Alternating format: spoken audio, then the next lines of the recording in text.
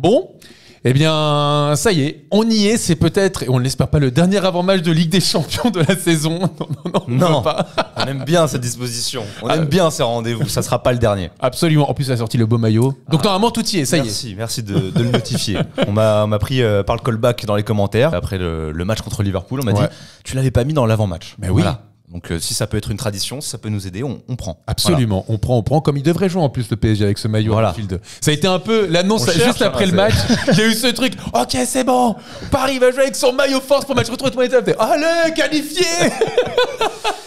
Non mais en vrai on rigole, mais c'est ce genre de petits totems, tu vois, tu les mets bout à bout, c'est des trucs qui te mettent en confiance. Exactement. Et avec ce maillot, on a su remonter la pente. Absolument, dis-le toi aussi dans les commentaires. Si tu penses que ce maillot va faire gagner, va faire qualifier le Paris Saint-Germain, n'hésite pas à le dire. En tout cas, beaucoup y pensent.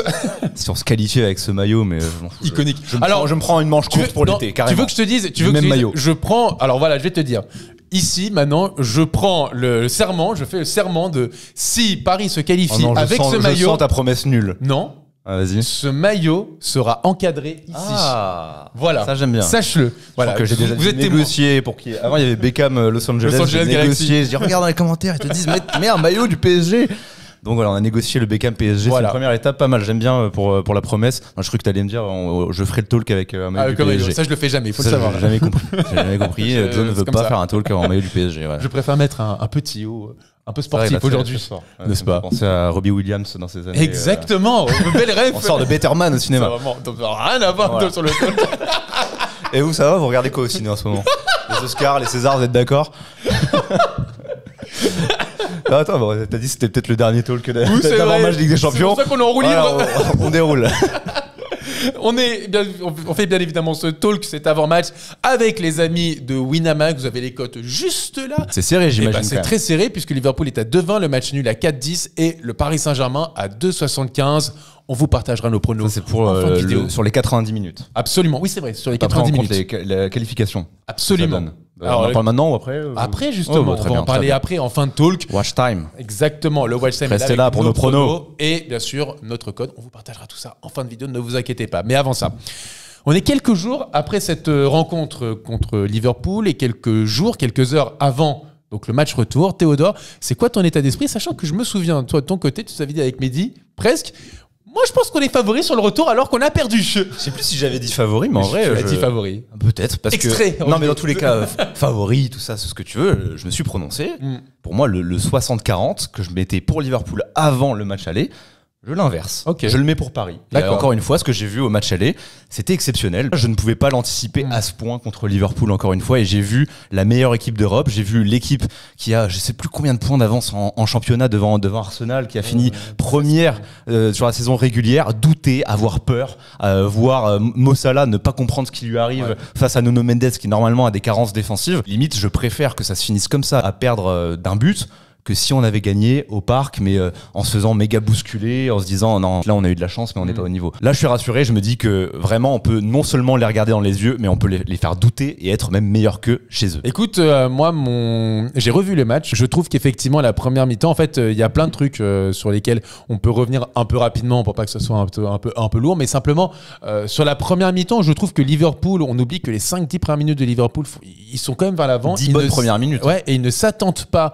à ce que le PSG mette autant de pressing derrière, soit aussi dominant dans le contre-pressing et offensivement et défensivement. Et donc, ce qu'on pourrait croire d'un plan d'Arnaud Slot d'arriver justement à être à 10 derrière, moi je pense que c'est plutôt adapté, surtout en deuxième mi-temps, parce que en première mi-temps, c'est là où tu as les plus grosses occasions. Tu as la percée de Kvara et l'arrêt extraordinaire d'Alisson, tu as le but refusé, tu as la triple occasion avec Dembélé et Barcola, t'as quoi d'autre? Qui est la vraie bavure de finition. Parce que on reprenait un peu des... Ça, je suis moins d'accord. Parce que je trouve que Neves, c'est compliqué. Elle arrive, il y a un petit rebond juste avant sa frappe. Le jeu, c'est de la prendre en première attention, c'est du pied gauche. Voilà, pour moi c'est pas bavure. Pour le coup, si je dois vraiment dire on retourne dans des doutes d'efficacité ou pas, c'est sur Dembélé et ensuite Barcola qui se précipite. Ouais, et t'as la deuxième mi-temps derrière où je pense que Liverpool s'adapte et se dit clairement ok, on y va justement pour aller chercher un match nul, on serre derrière, et c'est là où Paris a moins d'occasions, ils ont plus de situations ou des grosses frappes de loin, par exemple le coup franc de Kvara, l'énorme frappe aussi de Désiré Doué et nouvel arrêt incroyable d'Alisson. Et oui, ce but il tombe du ciel parce qu'en plus de ça tu sors Mohamed Salah qui est rincé, tu vois son visage, j'ai revu justement les images, le visage de Mohamed Salah, vraiment c'est parlant, rincé par ce match, quoi, tu vois. Et presque quand il fait rentrer Elliott, c'était presque pour se dire bon ok, on assure vraiment le match nul, quoi. Il s'attendait pas du tout, ça se voit en tout cas même dans les choix tactiques, à cette victoire. Donc c'est un peu tombé du ciel, et je pense que malgré ce qu'ont pu dire un peu certains joueurs en post-match, là, que ce soit de Van Dijk ou de Konaté et consorts, ils sont conscients quand même, Liverpool. Ils sont conscients qu'ils se sont fait marcher dessus. Et Paris est conscient, en tout cas c'est ce qu'on entend dans la presse depuis quelques Konaté, heures. j'avais l'impression il était un peu là à vendre un peu la peur. Enfin, pas la peur, mais en tout cas il disait Paris c'est quand même très très fort. Oui, mais en même temps il se disait on a été quand même bien défensivement, on a tenu, c'était un peu ça. Je suis pas sûr, tu vois, et honnêtement...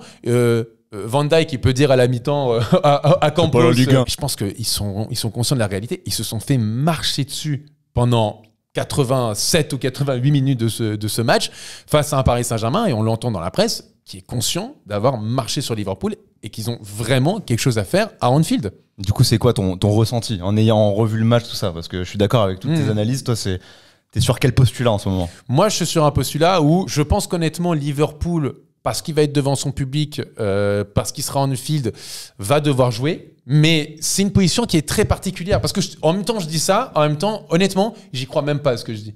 C'est-à-dire, je te dis ça, mais j'y crois même pas. Parce que quand tu mènes 1-0 comme ça et que tu as un match retour, surtout à domicile, je t'assure que c'est pas simple pour une équipe comme Liverpool. Parce qu'en même temps, tu as envie d'assurer ce résultat. Et donc, tu veux jouer plutôt au sécure et la défense. Et de l'autre côté... tu peux jouer plus vers l'avant, tu peux essayer de conclure rapidement le match en essayant de faire des différences rapidement dans le match, mais ça signifie que tu prends des risques, et tu sais que Paris, donc, quand il part dans le dos des adversaires, c'est une des meilleures équipes d'Europe. On l'avait vu contre Stuttgart, on l'a vu contre City, on le voit en championnat, on l'a vu encore contre Rennes là dans les dernières minutes.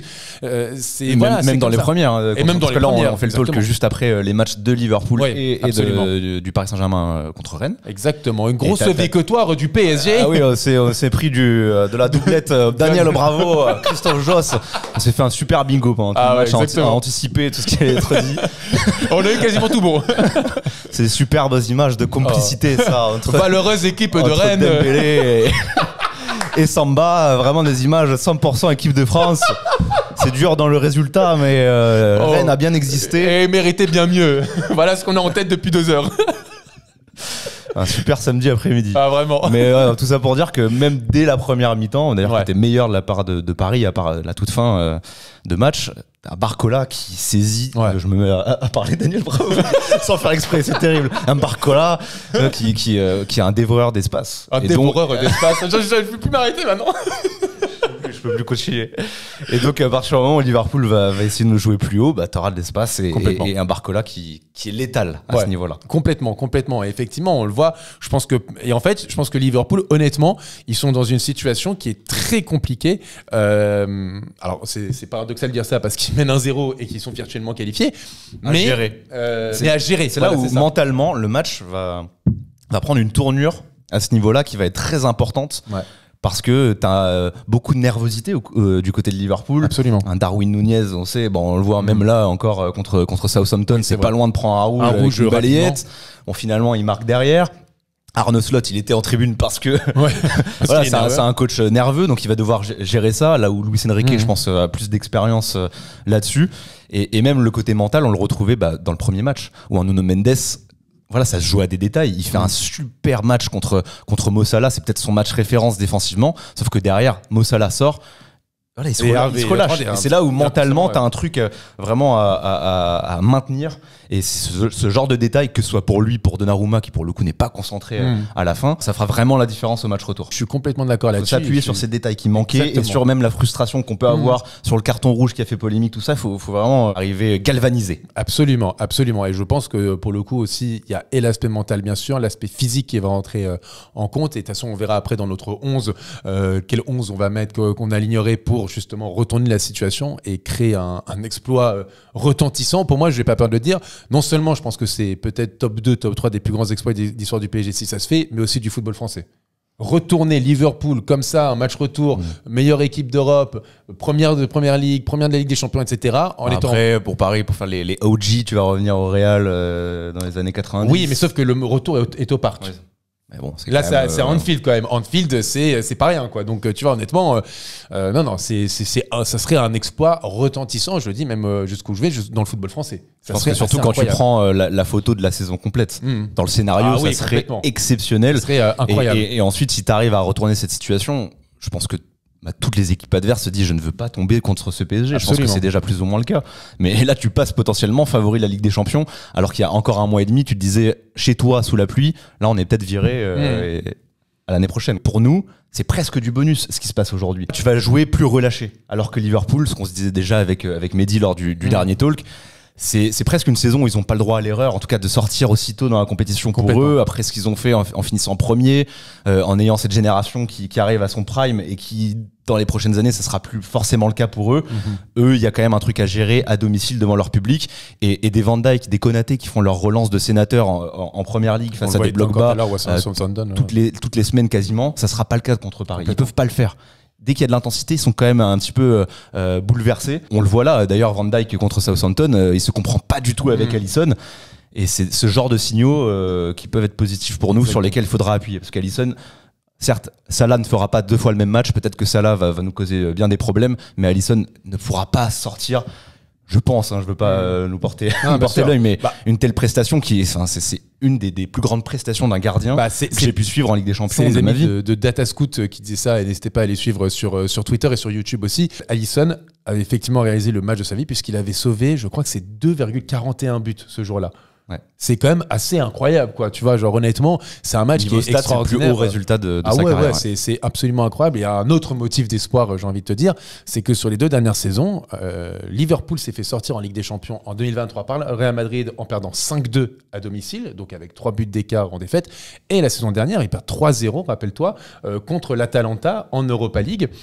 Donc Anfield, effectivement, c'est vrai que c'était moins leur priorité, mais oui.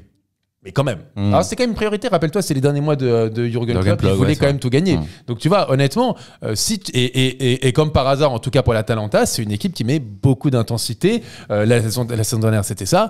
Qui fait le pressing. C'est sûr qu'ils ne sont pas habitués à être autant bousculés. Exactement. Tu vois, même quand ils ont joué le bloc bas contre Manchester City, c'est pas la même intensité. On les a affrontés. D'ailleurs, City, on est bien placé pour le savoir.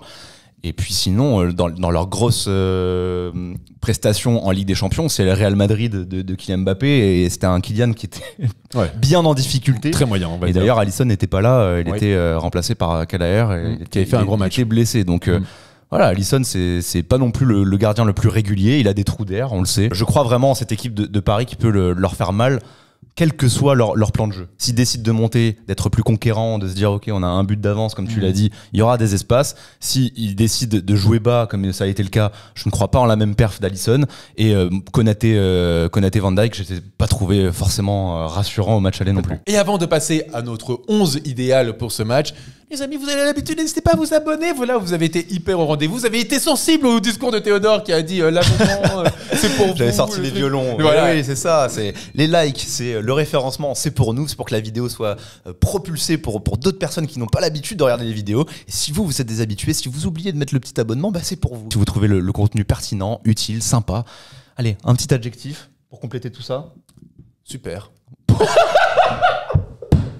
Tu m'as pris de court. Pardon. Si vous trouvez le contenu super, bah oui, c'est pas mal. Rien que ça, on s'abonne. Voilà. Merci beaucoup pour la force. Et non, c'est vrai que vous êtes vraiment au rendez-vous en ce moment. C'est fou. Les chiffres sont incroyables dans ce début d'année. Merci beaucoup. Donc n'hésitez pas encore, ça me donne beaucoup de force. Super. C'est vrai que je t'ai pris à contre-pied, désolé. Et on retourne à ce super truc.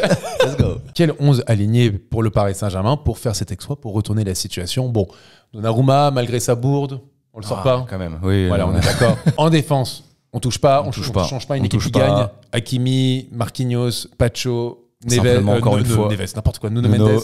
Ouais. Simplement s'appuyer sur les petits détails qui n'allaient pas dans le match aller. Et peut-être concentration jusqu'au bout. Peut-être un Hakimi peut-être un peu plus présent, tu vois, parce que je l'ai trouvé peut-être un peu moins en avant, un peu moins mis en avant que les autres défenseurs qui ont vraiment sorti un gros match, hormis sur la dernière action là-dessus. Et par ailleurs, j'aimerais quand même revenir un peu en arrière sur ce que j'avais dit sur le dernier talk. En revoyant le match, J'avais dit quand même que je mettais beaucoup la faute sur Nuno Mendes, sur ce but. Honnêtement, en revoyant le match et tout, Nuno Mendes sort un tel match et effectivement, il sort un peu du match. Il est un peu déconcentré par la sortie de Salah et donc il laisse partir Harvey Elliott dans son dos. J'ai envie de te dire que Marquinhos, bah, c'est un duel aérien, il tombe, mais après un gros match comme ça, et puis ça arrive, j'ai envie de te dire, tu vois, genre Van Dijk par exemple. Ouais, mais Van Dijk, quand il laisse partir complètement Ousmane Dembélé, c'est aussi une énorme bourde. S'il marque, il y a ce replacement, ça devient un mème sur Twitter, quoi, tu vois. Ou même Konaté qui fait rouge sur Barcola.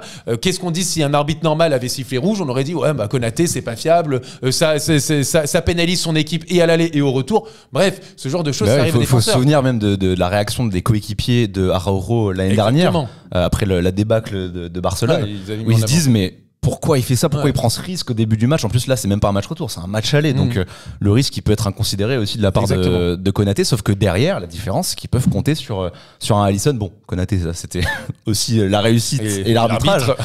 Mais voilà, je pense qu'on se rejoint là-dessus. Donnarumma doit. On ne dit pas que c'est un arrêt qui est simple. On dit que quand tu es normalement un grand gardien, un gardien qui est dans une des meilleures équipes d'Europe, qui est un international dans une nation comme l'Italie et en plus capitaine, honnêtement, tu peux pas ne pas l'enlever, quoi. On dit pas qu'il a fait une bourde, mais honnêtement, un très bon gardien, il doit l'enlever, quoi. C'est terminé. Il a la main molle, vraiment molle. Et alors autant, je te disais que je pense que Liverpool a peut-être plus à perdre et plus de pression que l'ensemble de l'équipe de Paris. Mais Donnarumma, pour le coup, c'est lui qui a le plus de pression côté Paris. Ça, j'ai une limite sur ma confiance à ce niveau-là, parce que c'est presque s'il joue son contrat et sa prolongation.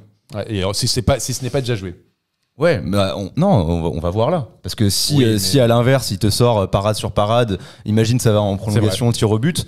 Non, si tu contribues à l'exploit c'est vrai, tout à l'heure, non, c'est pas dit. Mais ça c'est le petit point d'incertitude. Je peux pas anticiper si Donnarumma sera fiable. Ça m'embête. On est d'accord. Bon, maintenant les sujets qui fâchent. Neves Vitinha, on est d'accord. Ouais, pourquoi ça fâche? Justement, on va arriver derrière. On est d'accord que Barcola, Dembélé seront titulaires en attaque. Ouais. Ok, reste Zaïre Emery, Fabien Ruiz, Désiré Doué et Kvaratskhelia. Donc tu as 4 joueurs pour 2 postes. Est-ce que tu joues effectivement, tu essaies de mettre du punch? Est-ce que tu essaies plutôt de dire il n'y a qu'un seul but à rattraper, donc tu n'as pas l'urgence, tu vois, du début de match à vite devoir marquer et essayer d'enflammer le match, puisque dès que tu marques le premier but, bon bah voilà, ça y est, on revient à égalité, c'est comme c'est dans l'été. Est-ce que tu essayes de mettre les joueurs les plus en forme en ce moment? Toi, tu ferais quoi, Théodore? Bah, on en avait un petit peu parlé avant le début du match. Je spoil pas ce que toi tu vas choisir, mais moi j'étais parti pour plus Désiré Doué, voilà, au poste d'ailier droit, pour apporter ce côté punch, peut-être plus intéressant qu'un Kvara à ce niveau-là, et aussi parce que j'ai beaucoup aimé les différences faites par Dembélé lors du match aller sur le côté. On en a besoin, mais je trouvais qu'il nous manquait Dembélé quand même dans l'axe. Il manquait cette présence du joueur qui va avoir le dernier geste sûr. Donc je partais sur ça, mais j'ai vu l'entrée de Kvara. L'entrée de Kvara est tellement juste contre Rennes, tellement juste, en fait, tellement il sort de très gros matchs, trop précieux. Et en fait là t'as l'impression qu'il s'est vraiment activé en mode monstre de Ligue des Champions, le Kvara, Maradona de Naples, voilà, exactement. Et à partir de ce moment là, quand il confirme, même en étant remplaçant, en ayant la dalle, pour moi il peut pas sortir de ce 11, et je trouve que justement le 11 aligné au match aller te permet quand même cette polyvalence, te permet à la fois d'être puncher, te permet aussi les permutations entre les ailiers avec Dembélé aussi, et te permet d'avoir aussi le jeu long de Fabien Ruiz. Donc voilà pour ma réponse, Fabien Ruiz au milieu et Kvara devant. Écoute, je pars sur le même 11. Écoute, moi je suis arrivé tout de suite, c'est dit Théodore, le 11, moi je pars sur le même 11 que contre Stuttgart, c'est-à-dire avec Fabien Ruiz et Doué effectivement sur un côté. Donc on avait le même process. On avait le même process parce que je me suis dit, partir dans le dos comme ça, la qualité de passe de Fabien Ruiz et Désiré, et je me suis en plus dit, c'est un match qui peut aller à 120 minutes. Donc, je préfère limite avoir Kvaratskhelia pour terminer le match. Si en plus Liverpool va avoir une défense un peu resserrée, amener la qualité technique d'un Kvara, d'un sorti de banc, ça peut être plus intéressant et peut-être commencer justement avec un côté plus puncher, plus dynamiteur comme un Désiré Doué. Et donc, plutôt commencer comme ça. Bon, effectivement. Donc on a le même cheminement, on a vu le contrôle porte-manteau on a vu le match de Kvara, ensemble, on a vu la passe clé du coup exceptionnelle à la fin du match. Même la grosse frappe qui passe juste au-dessus là, au-dessus du but du Brice. Et puis on se disait aussi quand on était sur l'étape on prend Doué titulaire, je parle comme si on allait vraiment avoir une influence sur le match. On disait Doué aussi, ça défend plus que Kvara, mais Kvara, encore une fois, là, il a montré mais une aile de pigeon carrément défensive. Donc des replis. J'ai aussi en tête un repli contre Brest. Le match où on gagne 7-0, où tu peux te dire, ok, c'est fini. Non, il fait un repli en fin de match exceptionnel. Donc voilà, je pense qu'on se rejoint là-dessus. Ouais, et puis je pense que c'est, même si les arguments qu'on a placés pour Doué sont valides aussi, et si vous vous retrouvez là-dessus dans les commentaires, franchement, on comprend complètement. Dites-le nous si vous titularisez plutôt Zaïre Emery au milieu de terrain, ou Doué en attaque, ou carrément Doué au milieu de terrain avec Vara en d'accord attaque. Que c'est trop juste, il revient de blessure. On l'a vu même contre Rennes. Il a joué arrière droit. Voilà, j'ai trouvé quand même un peu juste physiquement, même techniquement, honnêtement. Ça... Et en plus, je vais te dire, sur ses entrées, il est intéressant en Ligue des Champions. Oui, on l'a vu contre City. Je te rejoins assez, moi, sur cette compo. En tout cas, moi, Kvara... Moi, il est étincelant depuis quelques matchs. Enfin, on rappelle quand même, ça avait déjà commencé le match contre Lyon, il n'y a pas si longtemps que ça, où il avait été exceptionnel. Il a plus de gros matchs que de matchs approximatifs dans les jambes, alors que c'était pas simple en tout cas de s'acclimater à ce schéma. Et puis rappelle-toi surtout qu'il marque un but normalement contre Paris à un mollet près, contre Liverpool. À un mollet près, il marque un merveille de but. Un petit talon. Voilà, alors qu'il se replaçait, il allait dans le sens contraire du but. Complètement. Et c'est justement pour ce genre de geste aussi. Ouais, dont on a besoin. Voilà, en Ligue des Champions, quand on a ce petit souci de finition, en tout cas contre un Alisson Prime, bah, il faut aussi compter sur ce genre de geste. Complètement. Voilà. Complètement. Est-ce que tu es optimiste avant ce match? Est-ce que on a sorti tous les arguments? Est-ce que tout simplement, je vais poser la question simple et même à vous dans les commentaires, est-ce que Paris peut le faire? Est-ce que Paris va le faire? Oui, bah, je pense que là, je vais être droit dans mes baskets. Je suis optimiste. Après, c'est évidemment pas fait. Depuis tout à l'heure, forcément, on va dans le sens de Paris, tout ça. Mais Liverpool, s'ils en sont là, s'ils ont fini premier, si en PL ça se passe aussi bien, c'est qu'ils ont les ressources. Ils ont des joueurs d'expérience plus qu'à Paris. Donc il ne faut pas non plus banaliser. Et évidemment, si Salah se réveille et que Nuno Mendes repasse en mode 1v1 contre Akanji comme il a pu le faire, ou contre d'autres ailiers virevoltants, bah ouais, ça va pas le faire. Mais je pense que si Paris remet les mêmes ingrédients, rejoue de la même façon, quel que soit le plan de jeu en face. Mais justement, qu'est-ce qu'il faut améliorer pour Paris, où tu vas te dire, on est passé d'une situation où on est éliminé à une situation où on va se qualifier? Mais un peu la même chose que contre City. Et ce que je disais tout à l'heure, c'est le côté mental qui pour moi fera la différence. Et de non pas s'appuyer sur les fantômes du passé de cette saison où tu dis je suis nul devant les cages, je vais forcer mes frappes. Comme il y a pu y avoir même d'ailleurs en deuxième période avec, tu vois, Hakimi qui tombe sur les fesses en frappant. Ou Dembélé qui essaie de forcer. Voilà, ou Doué, la combinaison est intéressante, tu vois, sur coup franc, mais après il fait petit passement de jambes et frappe du gauche trop mollassonne, tu vois, alors qu'il y avait peut-être autre chose à faire. Non, il ne faut pas s'appuyer sur ça. Il faut se dire que, comme contre City, comme contre Stuttgart, tu rates une occasion. Doué, les cages sont presque vides. Contre Stuttgart, il rate. Et 2 minutes après, tu as Dembélé, tu marques un autre but. D'ailleurs, Doué, je crois, dans ce match, marque un but qui est annulé pour un hors-jeu qui n'aurait pas dû être annulé. Absolument. Donc, tu as les ressources et tu t'es prouvé que tu étais capable de le faire. Tu t'es prouvé déjà que dans le jeu t'es meilleur, tu t'es prouvé que tu as marqué une avalanche de buts ces derniers mois alors que ton problème principal c'était la confiance devant le but. Donc revenir sur ça, et si tu as ce cap mental, si tu as la confiance, tout se passera bien si tu mets les mêmes ingrédients qu'au match aller. Moi je pense que, et ça va rejoindre ce que tu vas dire, je pense que Paris doit être calme. C'est-à-dire que il n'y a qu'un but à remonter, entre guillemets. Tu n'as qu'un but. C'est-à-dire que si tu gardes le 0-0 jusqu'à la 95e minute, tu peux rattraper. Il y a pas, bien sûr qu'il y a urgence parce qu'il faut emballer le match, parce que tout ça. Il ne faut pas douter, mais calme.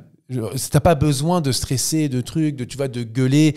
Si tu marques pas sur tes 2-3 premières occasions, à paniquer, non. Et d'ailleurs, ce qui s'est passé l'année dernière contre le Barça, tu prends un but assez rapidement. Alors après, il y a ce fait de jeu avec le carton rouge, mais déjà, calme, voilà. Et même je sais plus quel joueur avait dit ça. C'est pas Barcola d'ailleurs qui avait dit je regarde mes coéquipiers, je vois que tout le monde était calme.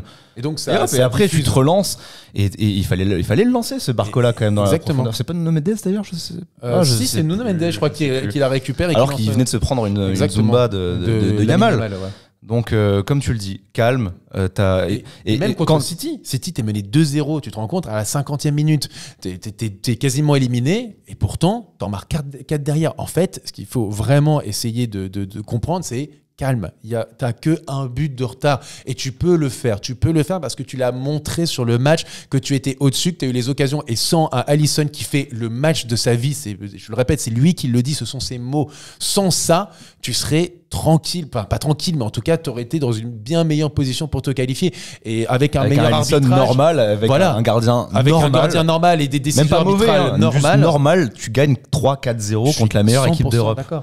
Donc, effectivement, quand tu as ces petits doutes, quand tu as un petit problème de confiance, s'appuyer sur des faits. Exactement. Voilà. Sur ce que tu as été capable de faire à l'échelle d'une saison, à l'échelle d'un match contre City et à l'échelle d'une carrière pour Luis Enrique, Exactement. qui en plus est le chef d'orchestre de cette équipe, donc ça tombe bien. Exactement. Voilà. Exactement. Et c'est ce qu'il disait l'année dernière, après le match perdu contre le Barça.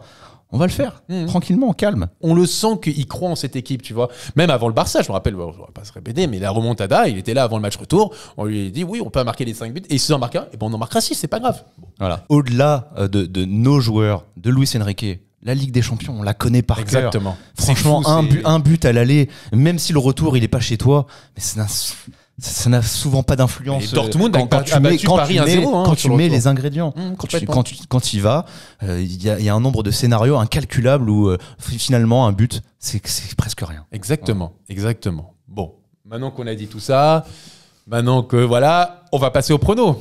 Les pronos, c'est parti, on va se mouiller. Exactement, on va se mouiller. Et les pronos, vous le savez, sont comme d'habitude sponsorisés par les amis de Winamax qui nous accompagnent sur toute la saison. On les remercie, c'est très cool ce genre de partenariat pour nous aider justement à nous développer et à vous proposer prochainement plein de nouvelles vidéos et plein de nouveaux concepts. On a hâte de vous présenter ça. Les amis de Winamax, donc, qui vous proposent aussi la meilleure offre du marché, tout simplement. Exactement. Si vous avez envie de vous lancer, de vous inscrire, et en plus de mettre du piment sur cette rencontre qui va être exceptionnelle, bah, y a la meilleure offre. Tu as ton premier dépôt qui est doublé et tu as 10 € supplémentaires avec notre code CS10. Pimentez votre match, votre rencontre, vous avez un bonus. Et nous, ça nous aide concrètement. Voilà, si vous voulez nous aider, vous le savez, comme on le dit à chaque fois, les petits abonnements, tout ça, les commentaires, l'algorithme. Mais ça, c'est une aide concrète. Exactement. C'est grâce à ça qu'on se retrouve autour de la table. Et vous savez, il y a aussi 2 disclaimers. Le premier, c'est que si vous avez moins de 18 ans, c'est ciao, vous n'avez pas le droit, c'est en la loi, c'est comme ça. Voilà. Simplement. Et le deuxième, ne jouez pas de l'argent que vous ne pouvez pas permettre de perdre. C'est important. Ce qu'a dit Théodore, c'est surtout là pour pimenter un peu vos rencontres si vous êtes entre potes ou autre. Voilà, c'est juste pour pimenter. Mais on sait bien que ce n'est pas une science exacte. Le football, et on le sait, bien avec le Paris Saint-Germain. Bien sûr. Théodore, ton prono. Maintenant, il faut te mouiller. Je vois un match épique. Je vois un 2-1 pour Paris. Ça va en prolongation. Et 3-1. Scénario d'anthologie. C'est clippé. J'espère qu'on pourra ressortir. Et pour plus de détails, Barcola buteur qui va profiter des espaces, Dembélé buteur et Marquinhos qui a son duel de Ballon d'Or avec Salah. Absolument. Peut-être un Salah buteur aussi quand même. Mais, faut exagérer. Mais voilà, ça serait fou que tout ça se passe. Mais en tout cas, le PSG et la qualification, la cote est à 3,55 chez les amis de Winamax. Bon, moi je serai en Anfield, donc je vais souffrir là-bas. Et en plus, on fera un talk à distance. On vous prévient pour le retour, ça sera ça. Il y aura Mehdi, il y aura Théodore et je serai à distance. Je vois un match nul. Et Paris éliminé. Malgré tous mes beaux discours, malgré tout ça. Tout ça pour ça. Tout ça pour ça. J'espère me tromper. Dans les commentaires. Quelle indignité. Non mais en vrai, on s'en sort mieux quand t'es pessimiste. Et à l'aller, j'ai annoncé victoire. À l'aller, oui. Et il y a des gens qui ont dit en commentaire « Waouh, Joe a annoncé victoire. Waouh, c'est rare. » Voilà. Là, on est à fond dans la superstition. J'ai le maillot bleu, le maillot super-héros. Très bien, Joe est pessimiste. Voilà. On prend finalement. Ouais, match nul parce que je pense quand même que, et là, c'est là où je te rejoins, on va avoir un sacré match. On va avoir vraiment beaucoup de rebondissements. Je pense qu'on va avoir un super match de foot. Mais c'est Liverpool, c'est Anfield, ils vont serrer, je pense qu'on va avoir beaucoup d'occasions, j'ai peur qu'on soit pas aussi efficace qu'on l'espère et ça va être un match nul hyper frustrant et au lendemain on va se dire qu'on est quand même fier de cette équipe, on est fier de tout ça mais ça ne va pas plus loin. J'espère bien évidemment me tromper, en tout cas la cote est à 4,20 avec match nul et les deux équipes qui marquent 4,20. Si vous jouez 20 €, ce 20 € se transforme en 50 € et si on fait 50 fois 4,20, ça fait 210 €. La cote est plutôt sexy. La qualif. 3,55, donc je vais te dire, tu joues 20 €, tu récupères 177 et en plus tu es heureux parce que Paris est qualifié. Ouh là là, lapsus, non mais il est terrible. Non, Paris est qualifié. Allez, vos pronos, votre ressenti dans les commentaires. Absolument, partagez-nous vos pronos dans les commentaires. Merci à vous, merci Théodore. Avec plaisir. On croise les doigts. Merci à tous. Allez, ciao tout le monde. Ciao tout le monde. Merci.